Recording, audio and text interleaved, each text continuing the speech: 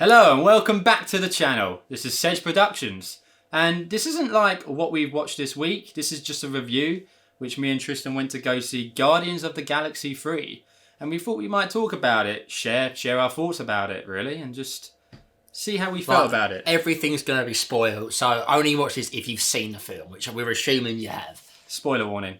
That was it. That's all I need really. But look, we're choosing Guardians because there's a lot of other films I'd like to review, but we need the views, quite frankly. So Guardians here Man's out here begging for views. Yeah, I know. Mate, I'd love to talk about a few other films that aired, but this is the one that's going to attract the money. So. This is the one. This is the one. Yeah. So go on, give a breakdown of the film, man. I know. Initial thoughts first.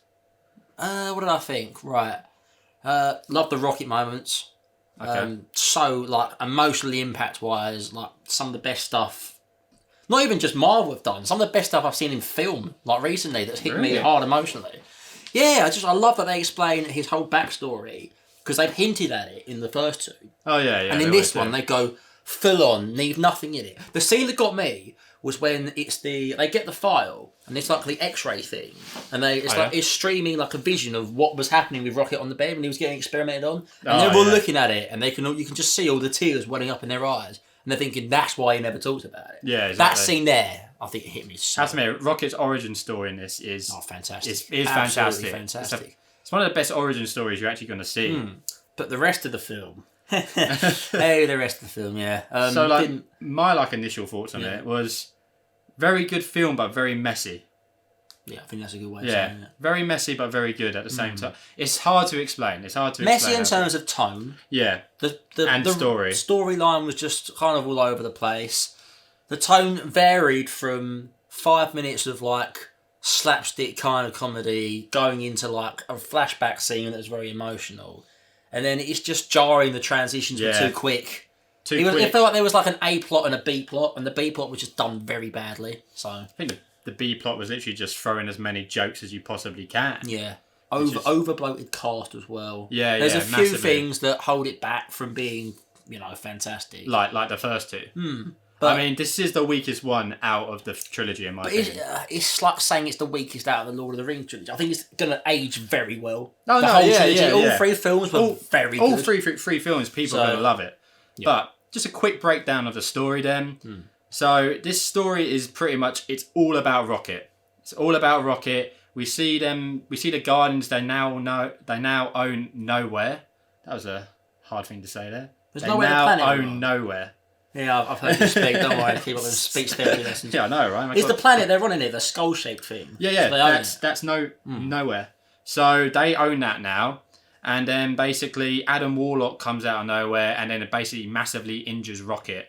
So they need to try and save Rocket with a med kit, but they can't because he has a kill switch on his heart, which is what the bad guy did. But let's say the reason was Adam Warlock's flown in because he's been hired out by this guy called the High Evolutionary. To take back Rocket, which is his creation. So he's stealing back the creation or pet that he's made, and he wants him back. Yeah, and he's hired a thug or whatever you want to call it. Yeah. So the Guardians basically cannot save Rocket until they get this kill switch. So they go on a quest to basically get the kill switch, save Rocket. So it's quite a simple terms and story kind of thing. Sort of, but the Guardians have a habit of flubbing the easy missions and kind of stretching it out in ways, but it's good though. It's good. I think the parts of that was a little bit weak when they go into the first planet. Actually, no, the first bit was fun. Yeah. So the scenes where Rocket's dying and everyone, there's a big battle scene where they're fighting Adam Warlock, and then he gets stabbed. That is sick. And disappears. Yeah, the action scenes. To be fair, the action scenes in this film. Oh yeah, play by play, brilliant. Yeah, they're great. Really good cinema, and especially the ending slow-mo one. I thought that was such good cinema. We'll get there. We'll get there. But yeah, they go on to the this planet thing, man. It's made out of it's like goo or something. Yeah, it's weird. It's weird. But they need that. They need files in there to find out where Rocket's kill switch is. Yeah, the password to the kill switch. Password to the kill switch. And it's kind of funny. It's kind of played for laughs as they're floating through space. And then Nathan Fillion turns up, which I love. It's hilarious. He's great in it. And then they put the spacesuits in the thing and it gets shot out so they can't get It's back. sort of relevant to the plot anyway, because they go in there and they find out that they can't actually find the password. Oh, and Gamora shows up randomly. Yeah, and they kind of go into actually that's a sort of important part. Not Sort really of. to the plot, but more to like the characters. Yeah. It's Peter Quill still struggling to get over Gamora. He's like an alcoholic now. As we saw right at the beginning, where he's just absolutely blackout drunk. Yeah, and then carry on with it, man, because you've got a lot to say about Quill's revelations in this. Yeah, I mean, like, I think we should just dive into Rocket's one more. Yeah, and then we'll go into Quill after. All right. Well, eventually they jump onto this like planet. It's called New Earth in it or something. Counter Earth. Yeah, Counter Earth. Yeah. Because this guy called the High Evolutionary, he's made up a load of societies and planets full of like what's this like perfect experiments or whatever. Perfect world. Yeah. That's like what he wants to build. He wants to build the perfect world. And the thing is, like, his experiments tend to go wrong because remember, on this Counter Earth kind of place, there was like all these people still dealing meth and everything like that. Yeah. Like there's an octopus dealing meth to a cockroach. Like you're like, what the hell is going on? So obviously he has messed up. So he needs Rocket's brain to figure out how to make the perfect person. Which is revealed in a flashback. Yeah. So the flashbacks play off of the plot. Yeah, very well. It shows the steps of how the High Evolutionary was able to achieve the Counter Earth thing. Yeah. I can't even remember what his original origins was, this evolutionary guy. You don't- Why did he you want to don't- make all the... You don't actually get to know. You just basically know that he just wants to play God.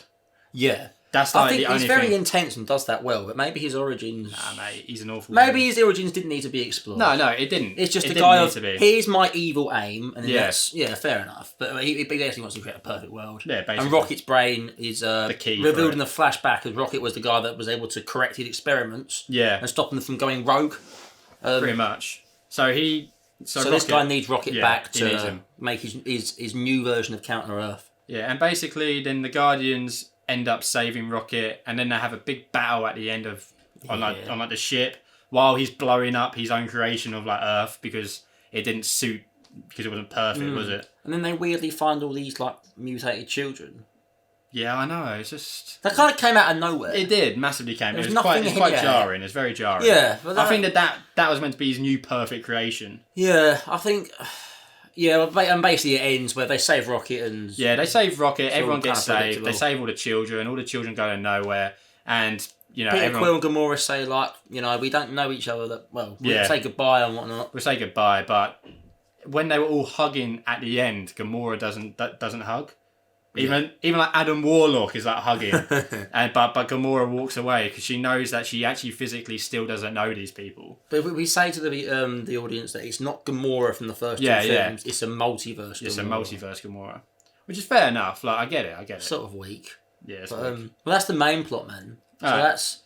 What do you want to dive into? That strengths in that? All right, strengths, and you've got a lot to say about Rocket's origin I story do, man. because you really like it. I think you do as well. I think Yeah, a no, lot I of loved people it. would say that the emotional tone that they reach with that is like... It's high. It's high, man. Yeah. It's very, very high. It's very like... Where the story meanders and you get the whole of the film sort of like... Sort of... kind of story is funny. And then these flashbacks come in. And there's at least 2 or 3 times where it's like Rocket's like being experimented on in the lab. And he's like thrown in this cell and he makes friends with like some of the other experiments. Yotta. Yeah, and it's all very heartfelt. All very like... It does the opposite of what the film does, right? So in the film, it plays a lot of things for laughs, but it doesn't need to be. Nah, This scene is just purely serious, purely like... it lets it breathe. Sort of yeah, exactly. It lets, like... uplifting. These people know that they're like different and doomed. It's like an otter with like Yeah, with like limbs or mechanical metal arms or arms something, and and there's there's a walrus in like sort of like a wheelchair kind Yeah. of thing. There's a rabbit with 6 legs. and like these a have all been spider. experimented on, and they kind of have dreams to escape. Yeah, and- or be part of the perfect world, which they yeah, were because promised. they're promised to be part of this like Yeah. perfect world, even though it's revealed later on that they're not. And They were they're just all going to experiments, be they're all going to be like exterminated and whatnot. So it's such like a brutal origin story. It is, but that I is love really it. good. It's really good, I man. fucking love it, man. Like it does it so well, and it's like I liked Rocket in the first 2, right? But Yeah, everyone does. he was sort of like, you know, kind of more of a jokey character. He's so serious in this and Yeah. so brooding and so broken. Because he's not actually there in the film. He's like dying. He's dying, yeah. He's there purely in flashbacks. And you can watch him grow up from like a scared, timid little raccoon that's been experimenting like a baby to this And I love it at the end where he saves all Yeah, the he other saves raccoons as all well. the So the whole raccoons. story goes full circle, and they played his story arc absolutely perfectly. Yeah. And like, remember in like the past 2 films, they keep calling him a raccoon, and he doesn't know what it is. Yeah. He's like, what is it? And then like at the very end, he sees raccoon, like, and then he finally like clocks. That was such a strength for how they managed to achieve that. And with James Gunn as well. I also liked Quill. Oh mate, he just does Peter it Quill himself very and well. Rocket stole it all. Yeah. Drax was funny as well. Drax is like the comic relief, and I love Drax to bits. I thought the villain was quite good. Villain was I know naff. you've got. Yeah, I really don't like the villain. I liked him. I thought he was like Kang was in the new Ant-Man. Intense when he needed to be. His goals were. Yeah, he doesn't delve into his backstory. It just says, "Look, here's my goals, man, and I'm an evil fucker. I'm just gonna go out and I don't care if I kill people or experiment on people." And he ends up killing 3 of Rocket's friends, doesn't he? Yeah, He has no boundaries in what his mental kind of I get goals it. are, and he holds such power over the people below him, and people are so physically scared and intimidated by him. He wears a mask with his own skin for crying out loud. Yeah, I know, but my main problem with him is that he's trying to be this god complex. So he even says that I am God. He's just basically playing God. And then like to see him just constantly throw like temper tantrums and all that stuff, like just really just grates on me. Sort It's of. jarring. Like Okay. if you want to play God, God would, you know, God will never have temper tantrums. I don't know, but he's got a genius level intellect, and he's like so Yeah, but- frustrated when Rocket's able to solve this problem that he can't. It just gives him more of a, and then he basically Mate. crushes Rocket's dreams and says, "I was Yeah, never but- taking you to the." It's all childish. It is childish. It is very but like, childish. why can't villains be childish and have egos?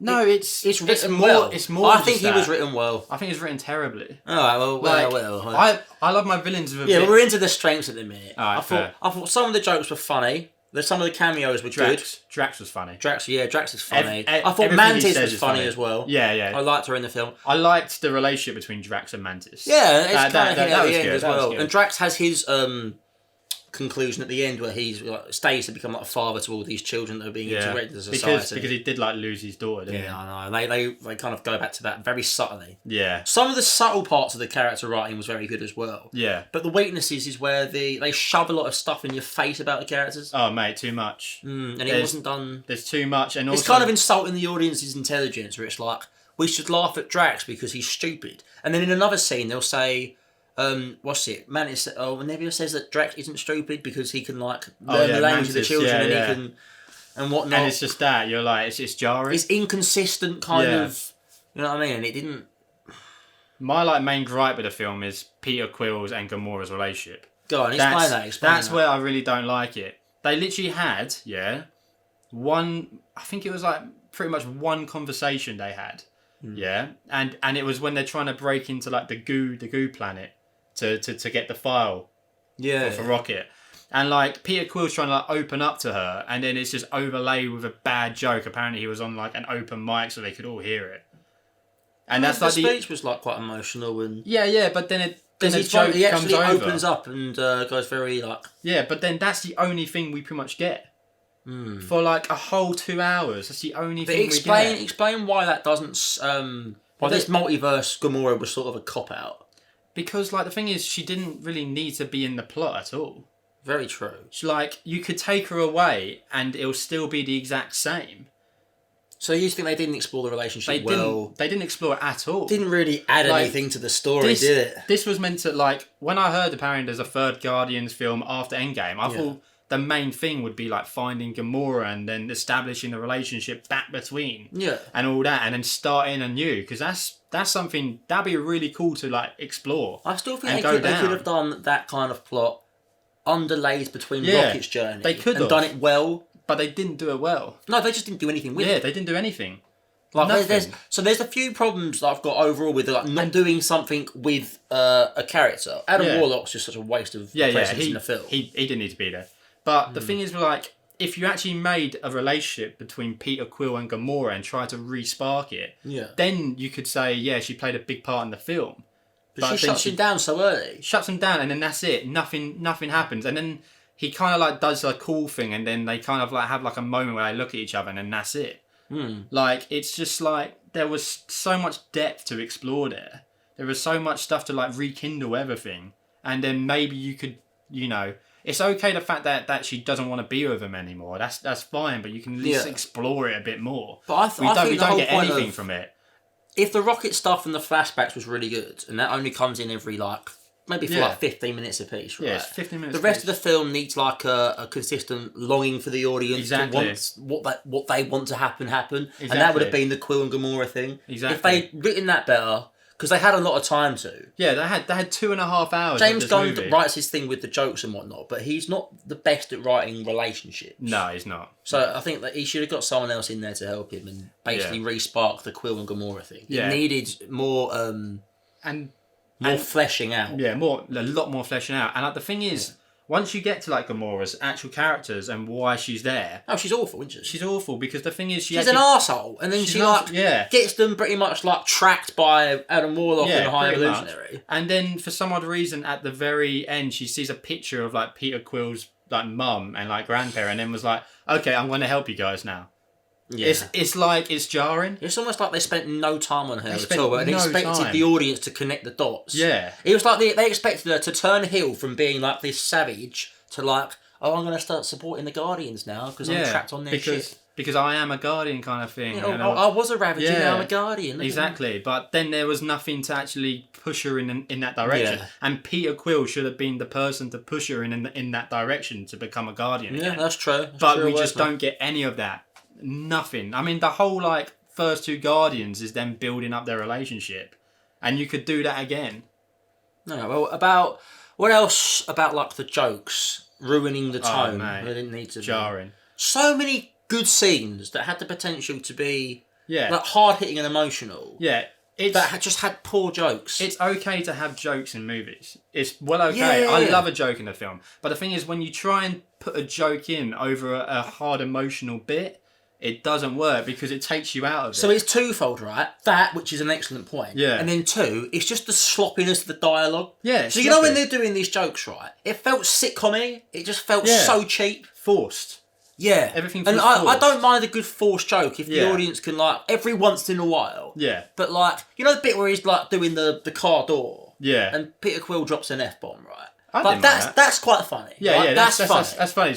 Because it's like she's not been on planet Earth. She's not in a car door. Like, that's kind of funny, right? You can have them but jokes it's the bits where like Mantis would make a comment at Drax, or like Quill would just make a one-liner that had no context, didn't need to be there in the context of the conversation. It felt like there was like you could instantly like put in canned laughter and it would have fitted a sitcom. Exactly. It didn't need to be there. That's what was a massive problem with the second one. And it always insulted the audience's intelligence. I felt. Because like the audience, if you're going to put us down one path of having like emotional scenes, and then you can rein us back in by like good writing or a good plot, using a gimmick like a joke just felt very James Gunn to me. But like, it's very James Gunn. Not good. The thing is, like, if like you're gonna have a lot of jokes in there, then don't make the story as emotional as what it needed to be. Yeah. You know, have it a bit more light-hearted and comedy. This could have been, like, a really good film. Really good, hard-hitting. I mean, like I said, have the jokes in there, but time the jokes well. Whereas he doesn't time the jokes well. Like I said, in, like, the second film, remember the bit where, like, Peter finds out that, like, Ego actually put a tumour in his mum's brain and killed him? And then, like, that's a proper hard-hitting moment. And and then Peter starts firing the guns. You're, like, proper, like, oh, my God. And then he turns into Dustin Hoffman. And he goes, like, like, it just takes you out of those, like, emotional moments and doesn't let you, like, breathe. Like I said with the characters, Adam Warlock 100% didn't even need to be in this film. I don't even get what his point was. I don't know. You know, he was teased at the end of Guardians 2, wasn't he? He was meant to be, like, the big baddie, I thought. Yeah, and, like... He's just like a hired thug, isn't he? Yeah, hired thug, and then disappears for most kind of of the diluted film. And comes back and saves Quill at the end, which is a very weak character arc. Yeah, I know, because they just wanted to throw him in and go, oh, quick, give him something to do because he's at like the very big end. in the comics. He's like, oh, he's Peter Quill's saviour. But then maybe they're going to set him up for another film. Maybe that's part of it. Maybe that's it. I mean, like, if you're going to make him the villain, just make him the villain. I liked the villain though. Maybe he could have worked better as like a strong right hand man or something. But he wasn't threatening. He wasn't threatening. He was like a neutered puppy, wasn't he? Yeah, I mean, like the thing is, like he was didn't a kid, have any relevance. Yeah. Because she even said that you took him out of his pod early. Like he's not even like a year old. So and his mother was weird as well. Yeah, because She she just was screams breastfed to me. It was awful. like fucking Game of Thrones, isn't it? But I don't know, man. Like, yeah, she was in it. Like, she was in like the second film for quite a lot. But in this film, she was in like 2 scenes, dies randomly, and then everyone just tends to forget about it. Yeah. It's like, what, the mother? yeah, exactly, the mother. Yeah. Like she gets blown up in like Planet Earth, and then it's not even mentioned. Adam Warlock doesn't even mention it. No one mentions it. It's just so weird. You know what's a shame, right? Like going into overall thoughts. I wanted this film like very badly to be like the pinnacle of ending a great trilogy. Same. And I just feel like they had all the extra time to rewrite it. Yeah. So they fired James Gunn and then rehired him again. Yeah. And there was that whole kind of like problem. Fiasco. Yeah. Yeah. And I would imagine that there would have been some like production problems behind the scenes in terms of the cast and. Oh, I can imagine so. But I didn't like that they just kind of went down the same route as the first two, but just worse. They lost everything that was fresh and good about the first film, and then everything that followed it up well on the second film, and they kind of dropped the ball. I don't think. And this ain't saying that we hated the film. We didn't hate the film. We wanted the film to be here, and it was here. You know, they had all the tools and, to make it there. They just something didn't quite. I'm gonna be perfectly honest with you. Marvel has lowered my expectations down so low ever since Endgame. Yeah. Like every single movie bar No Way Home has been absolutely dreadful. No, but yeah, go on. Absolutely dreadful. All the shows have been dreadful. Like, somewhat. I was begging that Guardians wasn't tarnished because the first 2 Guardians I love. The first one is probably one of my favourite Marvel films of all time. Yeah. And like, I love the second one just as much because they kept it contained to its own universe. Yeah, I think that's that well. Yeah. But the only problem was they had everybody that was in that separate universe in there. It was too much. It was too many characters in this one. It was too overbloated. It didn't know what to do with its characters as well. Like, it really struggled with that. And I think that's what... But I still enjoyed the film. I like the ending. Everyone gets their own conclusion. Yeah. Like Quill leaves the Guardians, Strax becomes like a father figure, Nebula becomes mayor. Yeah. Mantis goes on to discover herself. Yeah, and then leaves Drax. And Drax is like crying, isn't he? That guy's like alright with it. Yeah. Drax was so upset. You see like the tears forming. I really want them to be together, man. I don't know. Good chemistry. I think a lot of what saves the film is the chemistry on the cast. Yeah. I feel it was like less than what it was in the first 2 films, but there's still a great chemistry among the cast. There's still something there. The scenes are still like... It's still the Guardians. Yeah. And you love the Guardians. Yeah, man. They're all just instantly likeable, aren't they? Instantly. And there's before we go on to like final thoughts, whatever. Yeah. I also want to say about the action scenes. Oh yeah, the action scenes were fantastic. The cinematography was just like wow. Talk about that slow mo. So do you remember in X-Men First Class? Yeah. Where they have that slow mo scene with was it Nightcrawler? Oh, you're thinking of Quicksilver, isn't it? Quicksilver. Yeah. And he goes all like. Basically that. It's just every scene in that is like slowed down. But it's one each of the Guardians members doing something. It was just so cool. They're all different fighting styles. And it felt very true to themselves. And then like Rocket's jumping on Groot and then like Star-Lord's throwing like stun and then like music playing over it. Yeah, music playing. Yeah, no, that it's just cool. It can't mind with 300 with all the slow-mo. Yeah. It was just cool. Yeah, it was some of them scenes were just like I said, there's still a lot to like about it. Oh, so much to like. There's still a lot to like. And the soundtrack. It has that awesome soundtrack. You know what? Like, a lot of people said that they don't really like it. Apparently, like... Mate, you had Creep, you had Dog Days Are Over, which I thought was a fantastic tribute at the end. Yeah, no, true. And then I can't remember some of the others, but there was some I really liked. But that doesn't stand out as much as Brandy from the second one. Yeah, the first soundtrack, man. Oh, I don't know. I really like the second film soundtrack. That had some bangers in there. What was in that one? Mate, Brandy. I thought Brandy was the first one. No, it's the second one. I think anything's going to beat the first ever scene, though. Come and get you. Oh, yeah. And they play that right at the end, don't they? And Groot is dench. Why is Groot so huge at the end? Like, he's like a monster. Quick jeans, man. Bloody hell. He was good. Yeah, but that's... Yeah, okay, so why don't we get into our ratings? So, your ratings and your overall feelings for this film. I think it hits some stuff very well, and it drops the ball on some others, so I've got to be fair. But then the emotional parts of the film, I thought, overshadowed the bad bits, and I came out thinking, yeah, this was good. That's good. So 8 for me. Okay. You know what? It's just enjoyable, isn't it? Yeah. It's fresh. It's got a bit of pizzazz. It's got a bit of something about it that keeps you engaged. I'm very, very with you on this one. Like, I don't think I could just. I'll probably give it 7.5, 8. Yeah. So sort of like same score. I love that I can be back in the Guardians world. Yeah, I love the fact how it wasn't tarnished by fucking Disney and Marvel. It wasn't, and there's some bad bits about it, but like Peter Quill was an amazing character. Rocket's an amazing character. It had a really good story. You know, there was a lot of weak points as well, but like what you said, there was enough good parts that overshadowed. There's so many good parts. Yeah. The whole point of a film is to make you feel escapism. The escapism on this was brilliant. Yeah, true that. It just makes you feel like happy and alive, man. That's the whole tone it goes for. And it feels like you go through a little journey of discovery yourself. Oh yeah, massively. I just enjoyed it. So two eights. Yeah, I think that's We're giving 2 8s. I'm good with that. So 16 overall. Out of 20. Yeah. Oh, okay. Add together the scores, nice. Yeah, that's the. And I think 2023 has been a strong year for films. Oh yeah. I think this is up there as well. I think it did a very good job. Right, give us a film which you would really want to review. Oh, there's so many. But like, no one's going to bloody watch it if I put Polite Society in the title. And that's a great film. That's a great film. Right, or like A Man Called Otto. Mate, people might click and watch I hope so, but we've got to kind of like do older stuff and then... Audience, would you like to see Tristan review Polite Society? I ain't reviewing on my own yet. Polite Society and Man of Otto. If you do Called Otto. Oh, Man Called Otto. No, but I'm saying there's been like a really load of good films this year. It's been such a strong year for films. Yeah, all right. And we've still got like Spider-Verse, Oppenheimer... And Barbie. The Flash. Barbie. Man. We are reviewing Barbie when it comes out, by the way. First day. First day. I'm watching it. I'm dragging you down there. Midnight viewing.